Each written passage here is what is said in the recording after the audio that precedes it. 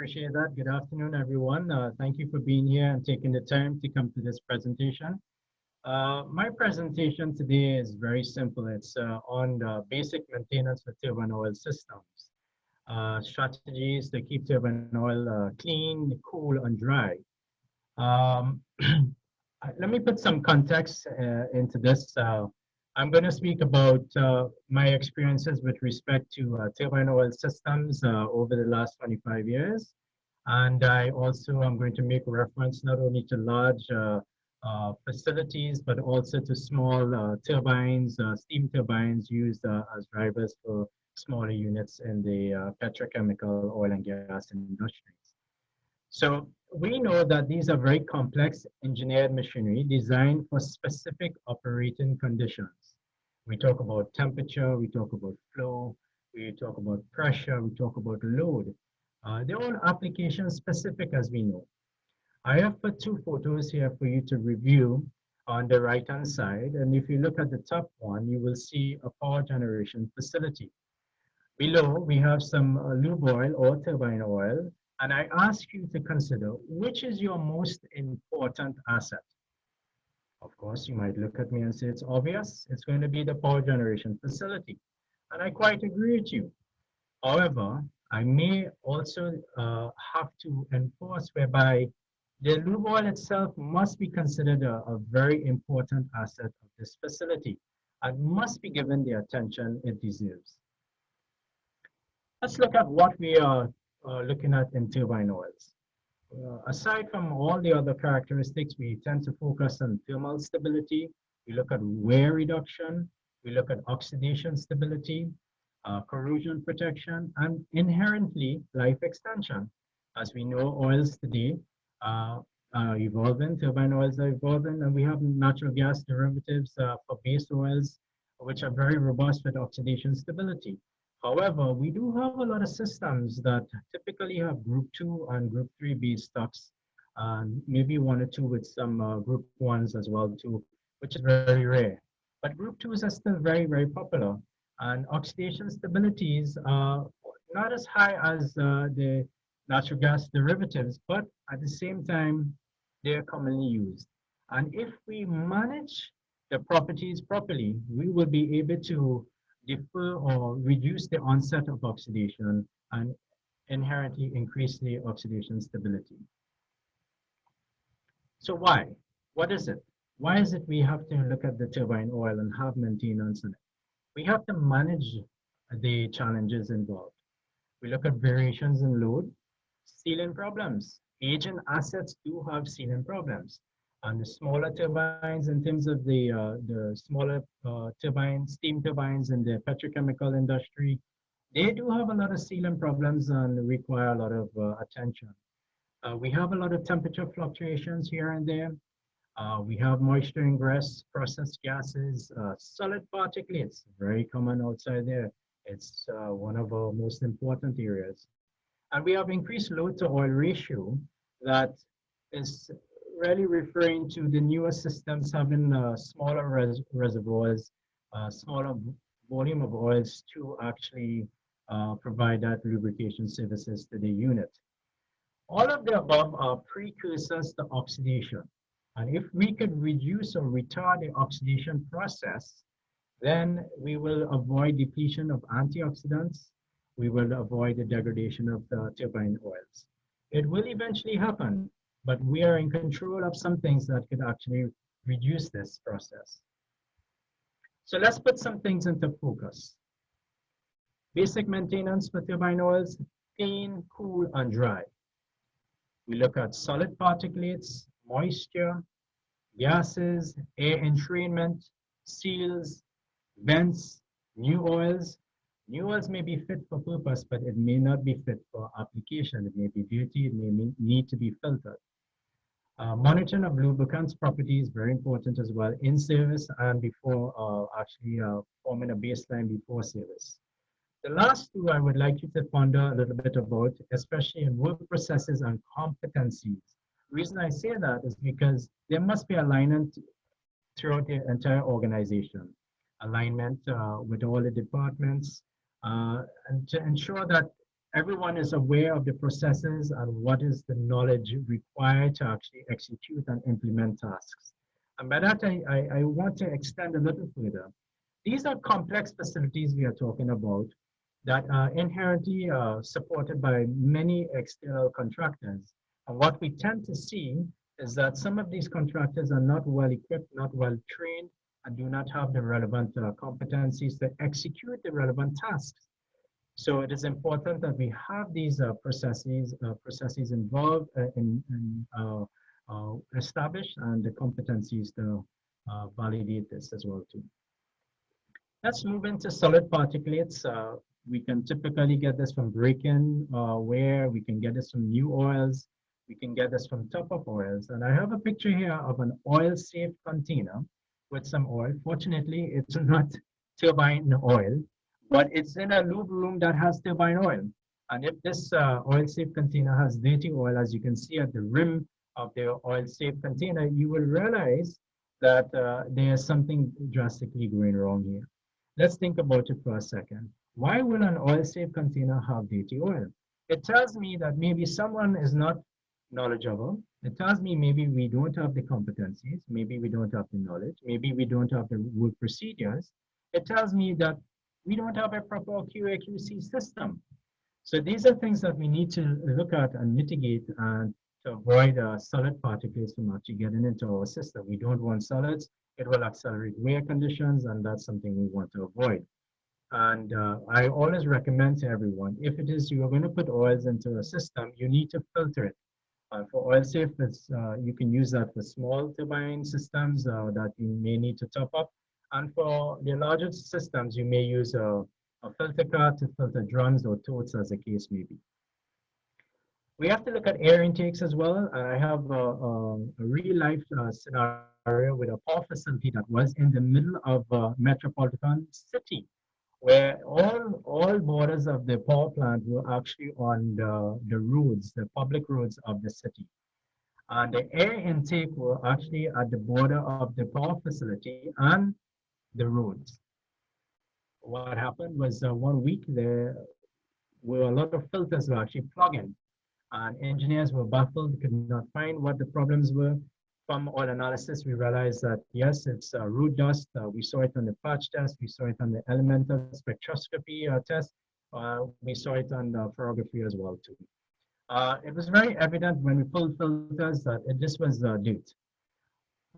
From further investigations, what we realized is the air intake was at the road, the boundary of the road and the plant. And right below the air intake, there was a road construction where you had excavators actually excavating. And as a result, we had a lot of dust getting into the air intake systems.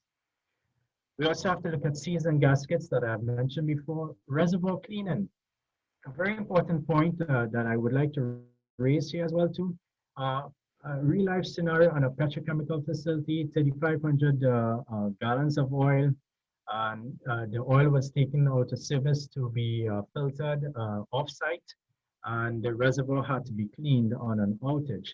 Unfortunately, because of SIMOPS, there were delays and the reservoir could not have been cleaned within the time frame, and that part of the work scope was actually delayed. The plant manager actually decided, okay, that we would still do that job. However, the maintenance manager assigned a couple guys to actually go into the reservoir and use absorbent pads to clean the reservoir. And unfortunately, that did not go very well, as you can imagine. Absorbent pads give out a lot of lint, and unfortunately, that plant was delayed by a week on startup because of plug-in filters, and they did not have enough filters in stock as well too. A lot of problems, and eventually they got it fixed and resolved, but it did cost them 1 week. I also make reference again to operators, contractors, loop techs. Very important to ensure that we have these solids mitigated and avoided from getting into the systems, and to ensure that they understand and have the knowledge why they have to do this. Here's an example with respect to a gear unit on a power generator. It's business as usual. The unit has been taken out of service for turbine overhaul.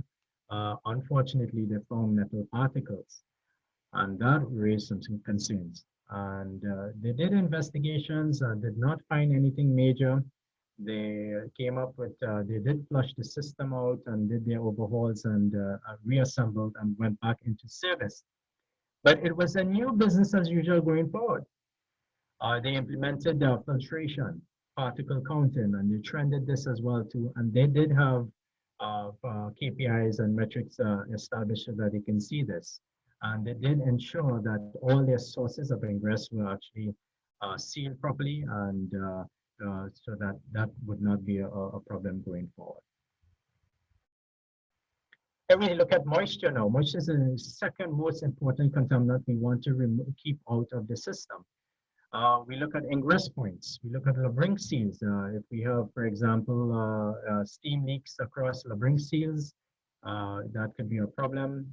And as a matter of fact, if we look at the picture on the right-hand side of the slide, we will see that we are draining a reservoir of a steam turbine, and this was done every single morning.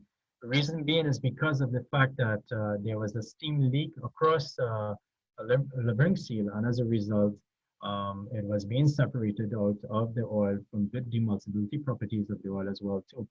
But as a classic example, that's the best practice you can do in the interim until there's a planned outage and you can mitigate that. One of the things you want to avoid is an emulsion, because if you get into an emulsion, you typically are going to have corruption of the hydrodynamic lubrication film, where you will actually go into boundary condition, maybe wear, accelerated wear, and potentially some issues, and you may actually trip the unit as well too. You may have moisture coming in for your smaller turbines, steam turbine systems, gooseneck breeders, coolers, and heat exchangers as well too.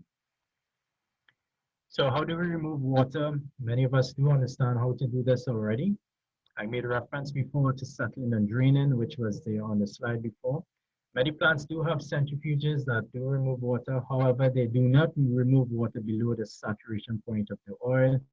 And maybe it's not the best for that application, but it's also good for a lot of water. We also have newer systems being outfitted with a purge of nitrogen gas or dry air on the headspace of the reservoir. And this helps in keeping the oils dry and has been very successful.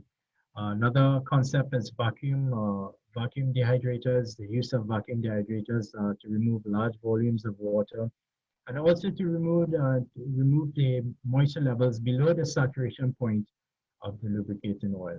There we see a fleet of vacuum dehydrators readily available on a plant to be used for emergency works, as the case may be. These are H plants as well too. And on the right-hand side, we see a tank of oil that has been, the oil has been taken out of service, I think was just under 3,000 gallons, 2,900 gallons that had to be filtered or dehydrated to remove the moisture that came in to the reservoir. Here we see water and particulate ingress points. I'm not sure if you can see the left-hand picture very well. I tried to highlight it. There's a gooseneck there. And on the right-hand side, you can see it as well. These are smaller turbine systems, steam turbine systems as well. We have goosenecks, and these are ingress points for water and particulates as well too. Some other factors we need to look at: vents. Of course, older equipment may have vents that seals are worn, and we need to look at those as well and make sure that we do not have ingress points. Handling equipment. If you have an outage coming up and you have handling equipment, who's managing your hoses, your couplings, your portable tanks? Who has certificates of cleanliness for all these things? Were your hoses cleaned? Were they used before for the same type of oil, or do they have remnants of a different type of oil and will potentially mix oils? Or were they used for chemicals, or were they used for water, utility water in the facility? At the end of the day, we need to make sure we dot our I's and cross our T's in terms of making sure we have all these things clearly understood. We also must have couplings on our hoses, otherwise these ends will be exposed to the elements of moisture and solid particulates, which could potentially get into our systems when coupled. We also have storage and handling issues. We need to look at proper handling, proper procedures and proper labeling procedures as well, so that we do not mix up. I've been to one facility and there were two drums looked like new oils to me. And unfortunately, one was waste oil and one was new oil that was used for top up. It's not best practice. We knew this, but we identified that one was being used for new oil and one was being used for waste oil. And the actual technicians who were with me did not know which one was waste oil. Of course, we could have been putting waste oil into our systems, and we did not understand that. So these are causes of concern. And some turbine oils being out of specifications, a very rare scenario, but could be very real and is something that you need to mitigate. And I will talk more about that in a minute. Looking at oil coolers, we need to keep our oils within its operating temperatures. We want to keep them cooler. The cooler, the better. As we know, as we increase the temperatures, we could accelerate the rate of oxidation very quickly. One particular client actually did contact me recently and said he had smoke coming from one of his vents on his reservoirs. And upon investigation, we found that the cooler was actually plugged and the oil was not being cooled. So that was a successful story to mitigate. And we did provide cleaning of the cooler, and that was done. Some coolers can be cleaned in service, and unfortunately, some has to be cleaned while during an outage. I have put here a photo. Unfortunately, I did not get a very good shot of this actual application because some of these plants do not allow you to take photos, but I was allowed to take this drum. There is a combined problem here where we have a storage of a new oil drum below a large heat exchanger, and the heat exchanger was fouled and had to be cooled by utility water. And maintenance did not know this, and they had put the drums of oil right below the heat exchanger. And operations went and connected a hose on top of the heat exchanger, and the drums below were collecting water.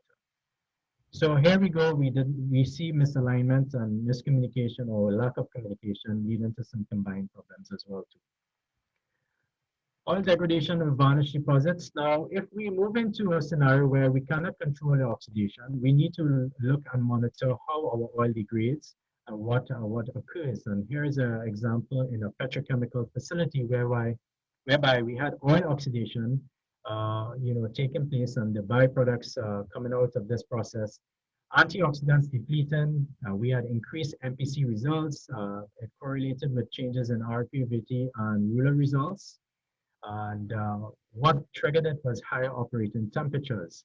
And when the unit was actually taken out of service, we saw the varnish deposits on the bearings, as you see here. And we also saw significant varnish within the reservoir itself. So the plant did up a scope and asked for high velocity flushing, but unfortunately, high velocity flushing does not work for varnish. And they made the decision to actually send individuals into piping and, well, not actually piping, but into the reservoir to scrub the reservoir. And that didn't work very well too. Second intervention, they actually used Boost BR with a 10% treat rate for a very short duration of time with a high flow rate. And they were able to dissolve the varnish and get that back suspended into the oil itself. That worked quite well. Here we have an example of oil out of specification. I know I'm nearly out of time, so I'm going to wrap it up now. This is a rotary screw compressor unit, 1100 horsepower. The lube oil was out of specifications. A sample was taken when the unit arrived, brand new unit, and there were some issues. The supplier was advised that the unit passed all the testing and they will honor any warranty. So it was put into service and there was no visual indication of any issue. However, after about 350 hours of service, there was a high-pitched sound followed by catastrophic failure. The postmortem on oil analysis indicated that the lube oil was actually out of specification. That's something I urge you to please test your oils, your lube oils by batches to ensure that your lubes are properly labeled and you are getting what you are going to put into your reservoirs. There may be errors, it may be rare, but still we need to be very careful and validate these things. So thank you for being with me. I will summarize now. We want to keep our oils clean, cool, and dry. We want to test our incumbent lubricants. We want to look at the established procedures beneficial for contractors and new personnel in particular. Want to evaluate and ensure we have the proper training and competencies associated with the works to be executed. Operational checks we want to implement and have with routine inspections, in-service routine oil analysis. At the same time, you may have PDM tools you may be using together with your CMMS as well too, and that's fine. You also want to investigate and provide exceptional testing. I make reference to Varnish, where you can get a lot of information here today during this conference. You want to implement proactive measures. In particular, you want to eliminate ingress and triggers for oxidation. And again, I want to stress that you want to eliminate ingress and triggers for oxidation so you can retard the oxidation process. Once that starts, if you have tools and technologies to support you, you can do that to help mitigate the oxidation process. You can filter, you can dehydrate, and basically you can control your turbine oils, your properties within your turbine oils. I want to thank you very much for listening to me today, and I'm now open for any questions.